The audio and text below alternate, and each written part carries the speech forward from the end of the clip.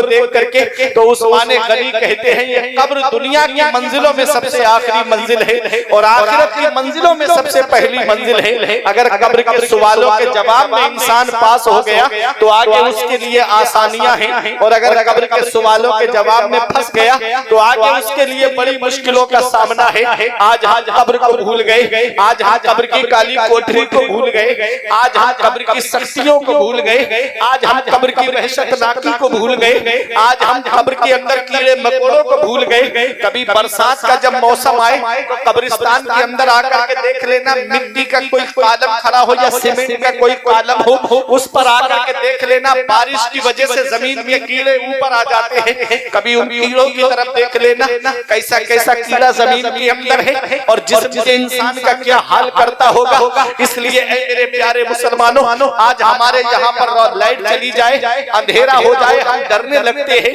कभी कब्र की काली कोठरी के बारे में सोचा, जहाँ जहाँ तो कोई इन्वेटर का इंतजाम होगा, जहाँ जहाँ तो लाइट का कोई इंतजाम होगा, वहाँ कब्र में हमने काली कोठरी में उजाले के लिए क्या इंतजाम किया है। अल्लाह अकबर। हमारे बुजुर्गों ने कहा जब इंसान नमाज पढ़ता है और जब आज़ाए वुज़ू नमाज में जो आज़ा धोए जाते हैं, मेरे आका हुजूर सल्लल्लाहु अलैहि वसल्लम के गुलामों, हमारे बुजुर्गों ने फरमाया वो आज़ा जो वुज़ू में धोए जाते हैं वो कब्र के अंदर रोशनी का काम करेंगे। उन आज़ा से कब्र में रोशनी छूटेगी। नमाज पढ़ोगे तब ना कब्र में रोशनी होगी, अल्लाह की इबादत करोगे तब ना कब्र में रोशनी होगी। आज हम तो दुनिया में आकर के ऐसे घिर गए, दुनिया के अंदर बस माल जमा करना है। 1 लाख हो गए, 2 लाख हो जाए, 2 लाख हो गए, 3 लाख हो जाए, बस माल बढ़ता चला जाए, उम्र बढ़ती चली गई, बीमारियां लगती चली गई। कुरान मेरा फरमाता है अल-हाकुमुत तकासुर हत्ता ज़ुरतुमुल मकाबिर, माल की ज्यादा तलबी ने गाफिल रखा, यहाँ तक कि कब्रों का चेहरा देख लिया। इंसान कब्र के अंदर पहुंच जाता है, फिर अफसोस का हाथ मलता हुआ कब्र के अंदर अफसोस करते हुए रब से कहता है मौला एक बार दुनिया में भेज दे, कभी सजदे से सर नहीं उठाऊंगा। आज हमारी जिंदगी की सांसें चल रही है, आज हमने सिनेमा हाल आबाद कर दिए, मस्जिदें वीरान कर दी। मस्जिद के बाहर देखो लोग बैठे रहते हैं और अंदर जाकर के देखो तो वही गिने चुने चंद नमाजी जो 5 वक्त नमाज में आते हैं, वही मस्जिद में अल्लाह की इबादत करते हुए नजर आते हैं। क्या तुम्हें इसी काम के लिए पैदा किया गया था कि चौराहों पे बैठ करके इधर उधर की बातें करो? क्या तुम्हें अल्लाह ने इसलिए दुनिया में भेजा था कि तुम दुनिया में जाकर के इधर उधर की बातें करके गुनाहों के अड्डों को आबाद करो? कुरान में फरमाता है वमा खलक़तुल जिन्ना वल इंसा इल्ला लियअबुदून। रब फरमाता है हमने जिन्नात और इंसान को सिर्फ अपनी इबादत के लिए पैदा किया गया है। अब इबादत के लिए हमें पैदा किया गया, उसी के लिए हमारे पास वक्त नहीं है, उसी के लिए हमारे पास टाइम नहीं है। फेसबुक चलाने के लिए हमारे पास वक्त है, व्हाट्सएप चलाने के लिए हमारे पास वक्त है, वक्त नहीं तो अल्लाह की इबादत के लिए हमारे पास वक्त नहीं है। हम कौन सा मुंह लेके जाएंगे कब्र के अंदर? कभी सोचा है प्यारे मुसलमानों, कब्र के अंदर बड़ी सख्तियां हैं। इमाम इश्क मोहब्बत ने कहा था उनको रहम आए तो आए वरना वो कड़ी मार है क्या होना है, छुप के लोगों से किए जिसके गुनाह वो खबरदार है क्या होना है। जहां बाप बेटे को दफन करके चला आता है, बेटा बाप को दफन करके चला आता है, रिश्तेदार रिश्तेदार को दफन करके चला आता है, पड़ोसी पड़ोसी को दफन करके चला आता है, उस काली कोठरी में कौन है जो हमारे काम आता है? तो अपना रिश्ता नबी की बारगाह से मजबूत कर लो। जहां औलाद बाप के काम नहीं आती है, जहां बाप औलाद के काम नहीं आता है, वहां मदीने वाले मुस्तफा अपने उम्मतियों के काम आते हैं, अपने आशिकों के काम आते हैं। इसलिए ये कहते हुए दुनिया से जाओ कि कब्र में सरकार आए तो मैं कदमों पे गिरूं, जब फरिश्ते मुझे उठाएं तो मैं उनसे यूं कहूं अब तो कोई नाज से मैं ऐ फरिश्तों क्यों उठूं, मर के आया हूं यहाँ इस दिलरुबा के वास्ते। कब्र में लहराएंगे ता हश्र चश्मे नूर के, कब्र में लहराएंगे ता हश्र चश्मे नूर के, जलवा फरमा होगी जब तक रसूलुल्लाह।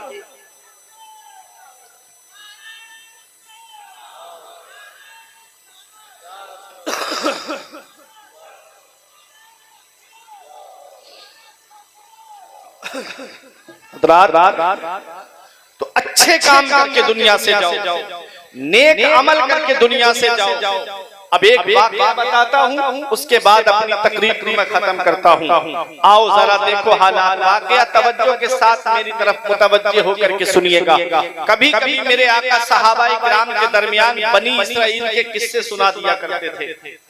बनी इसराइल के किस्से था तो वो किस्सा, लेकिन जब नबी ने अपनी जुबान से बयान फरमा दिया तो वो हदीस थी, क्योंकि रसूलुल्लाह सल्लल्लाहु अलैहि वसल्लम के कौलो फेलो तकरीर को हदीस कहते हैं। मेरे आका हुजूर सल्लल्लाहु ताला अलैहि वसल्लम ने इरशाद फरमाया कि बनी इसराइल के 3 शख्स थे, 3 नौजवान थे जो बाहर निकले सैर के लिए, घूमने के लिए। अचानक से तूफान आया, सख्त बारिश का मौसम हुआ। तीनों ने मशवरा किया कि चलो ये पहाड़ नजर आ रहा है, इसके अंदर गार है, उस गार में छिप जाते हैं। जब तूफान थम जाएगा, जब बारिश रुक जाएगी, तब निकल करके अपनी अपनी मंजिल की तरफ चलेंगे। तीनों जैसे ही गार के अंदर गए, एक चट्टान टूटी पत्थर की और वो गार के मुंह पे आकर के रुक गई। गार का दरवाजा बंद। चट्टान इतनी वजनी थी, इतनी भारी थी कि तीनों ने ताकत लगाई लेकिन हिला ना पाए। अब परेशान हो गए, अंदर गार के अंदर बंद हैं। अब ऐसी मुसीबत में कौन है जो इनके काम आए? तीनों आपस में बैठ करके मशवरा करने लगे कि जहां सारे रास्ते बंद हो जाते हैं वहां दुआ का रास्ता खुला रहता है, और जहां कोई किसी के काम नहीं आता है वहां परवरदिगार अपने बंदों के काम आता है। अपनी जिंदगी में कोई अच्छे काम किए हैं, नेक अमल किया है, तो आज उसके वसीले से दुआ कर लो। आप यहाँ उर्स में बैठे हो, यहाँ बैठना अपना रायगा मत समझना। आप अल्लाह के वली के उर्स में आए हो, ये जगह गवाही देगी कि फला वक्त फला टाइम रात के 12 बजे हिदायत शाह वली के उर्स में बैठ करके इन्होंने मौला तेरे और तेरे महबूब का जिक्र सुना। ये जगह गवाही देगी। ये फरिश्ते जो 2 कांधे पे बैठे हैं, ये फरिश्ते हमारे लिए गवाही देंगे कि किसने जलसे में बैठ करके वाज़ो नसीहत को सुना है। मैं करामतें अगर वलियों की बताऊं तो काफी वक्त हो जाएगा। आप यूट्यूब पे सर्च कर सकते हो, मेरा नाम डालेंगे। मैंने अक्सर औलियाए किराम की शान में तकरीरें की हैं, आप यूट्यूब पे सुन सकते हो। लेकिन कुछ पैगाम पहुंचाना चाहता हूं नसीहत का, ताकि एक भाई भी अमल कर ले तो मेरा बयान करना कामयाब हो जाए और आपका यहाँ बैठना और सुनना कामयाब हो जाए। तो वो तीनों शख्स गार के अंदर फंस गए, परेशान हैं, क्या करें? कहा कि अब दुआ करो, अल्लाह ही इस मुसीबत को दूर फरमाएगा, अल्लाह ही हमको यहाँ से बाहर निकालेगा। मेरा रब वही है जिसने फिरौन को बादशाहत दी और जब खुदाई का दावा किया तो दरिया के अंदर डिबो करके मार दिया। मेरा रब वही है जिसने नमरूद को बादशाहत दी और जब उसने खुदाई का दावा किया तो एक लंगड़े मच्छर से मरवा दिया। मेरा रब वही है, मेरा अल्लाह वही है जिसने शद्दाद को बादशाहत दी और जब उसने दुनिया में मसनूई जन्नत बनाई तो एक पैर घोड़े पे और एक पैर जमीन पे रब ने हुक्म दिया रूह निकाल ले इसकी। रूह निकाली, सूखी लकड़ी की तरह जमीन पे गिरा। 7 जिनके थे यहाँ लश्करों फौजों सिपाह, बेकसाना कब्र के अंदर अकेले चल बसे। एक साथ भी न ठहरे वादा जिनका आ गया, जी के जी में रह गए अरमान सारे चल बसे।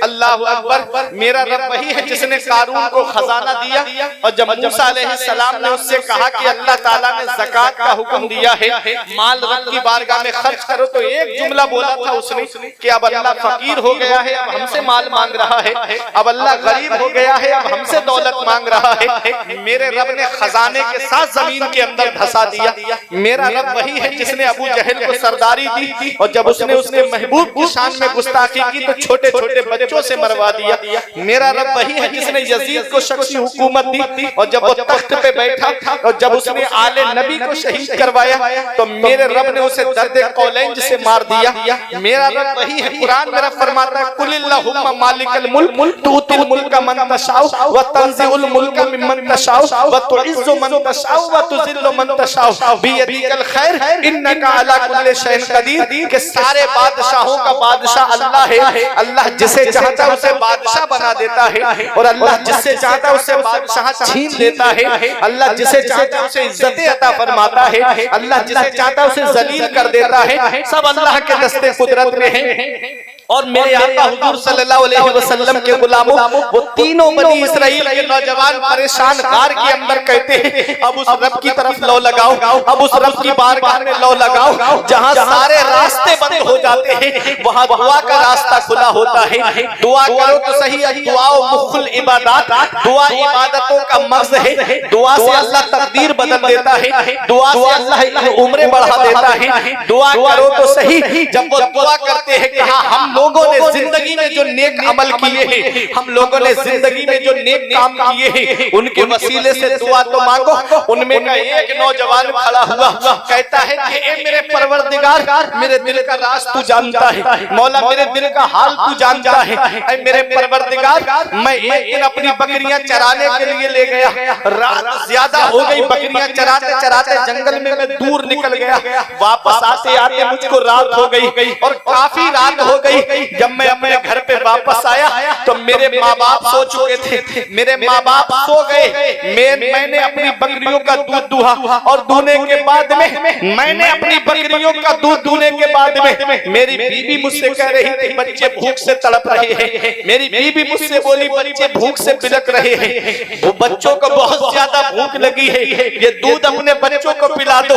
तो कहता है कि मेरे मौला, मैंने वो दूध अपने बच्चों को नहीं पिलाया, बल्कि अपने माँ बाप के सरहाने लेकर के दूध का कटोरा लेकर के खड़ा रहा। मेरे माँ बाप आराम करते रहे, सोते रहे, मैं पूरी रात माँ बाप के सरहाने खड़ा रहा। मेरे बच्चे भूख से मेरे कदमों में बिलकते रहे। मेरी बीवी मेरे हाथ जोड़ के कह रही थी कि बच्चों को दूध पिला दो, इनकी भूख देखी नहीं जा रही है, इनका तड़पना देखा नहीं जा रहा है। कहा कि मैंने अपने बच्चों को दूध नहीं पिलाया, मैंने अपने बच्चों की भूख को प्यास नहीं मिटाया, बल्कि मैंने सोचा कि मेरे माँ बाप सोते रहे भूखे और मैं अपनी औलाद को खिलाऊं, इसलिए मैं अपने माँ बाप के सरहाने खड़ा रहा कि पहले मेरे माँ बाप आएंगे, फिर उसके बाद मेरी औलाद खाएगी। पहले मेरे माँ बाप खाएंगे, फिर मेरे बीवी बच्चे खाएंगे। कहा मेरे माँ बाप की आंख रात के सुबह के वक्त में खुली। मेरे माँ बाप ने मुझसे पूछा बेटा कब से खड़े हो?